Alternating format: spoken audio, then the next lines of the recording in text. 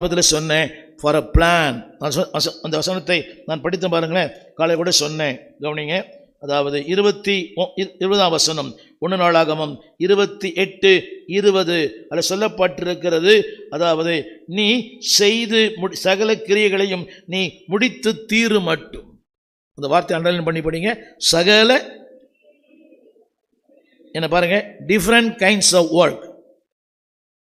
என்னை கேட்கிற அன்பான தாய்மார்கள், சகோதரர்கள், நீ நினைக்கலாம் அடுப்படியில் இருக்கிறேனே அது ஒரு பெரிய ஊழியம் தெரியுமா?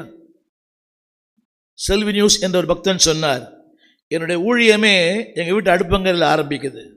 இவ்வளோ பெரிய ஊழியம். நீ எந்த ஊழியம் பண்ணலாம், தேவன் உங்களுக்கு என்ன பாருங்க. இதை 4 ஒழுங்காக பண்ணீங்கன்னா சொன்ன பார்த்தீங்களா, சர்விங், சீக்கிங், ஃபாலோயிங், அடுத்து சொன்னேன் டு வர்ஷிப் ஹிம், அவரை எல்லாமே அதை நீங்கள் செய்யும் போது thank you, to follow him, to seek, to know him. அப்படிங்க செய்து தீருகிற வரை என்ன வந்தாலும் பார்த்துப்பார். முதல்ல உங்களுக்கு தீர்மானம் முக்கியம். நான் செய்வேன். இந்த 2025 ஒன்று சொல்லுங்க, Lord I will do it. அதில் ஒன்று போட்டிருக்கிறேன், God's the time of responsibility.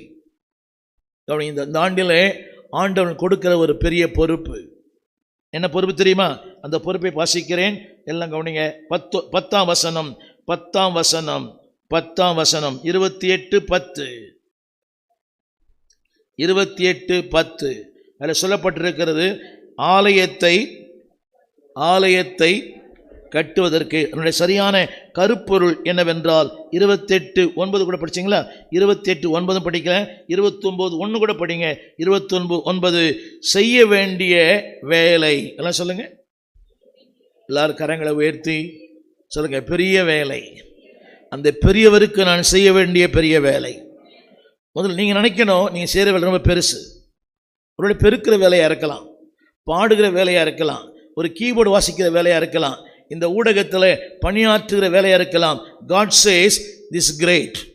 சொல்லுங்க, அது பெரிய வேலை. வசனம் படிக்கிறீங்களா? என்ன வேலை செய்ய வேண்டிய வேலையோ எல்லாம் சொல்லுவீங்களா?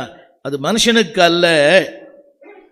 சத்தமா சொல்லுங்களேன், மனுஷனுக்கு அல்ல, தேவனுக்காக.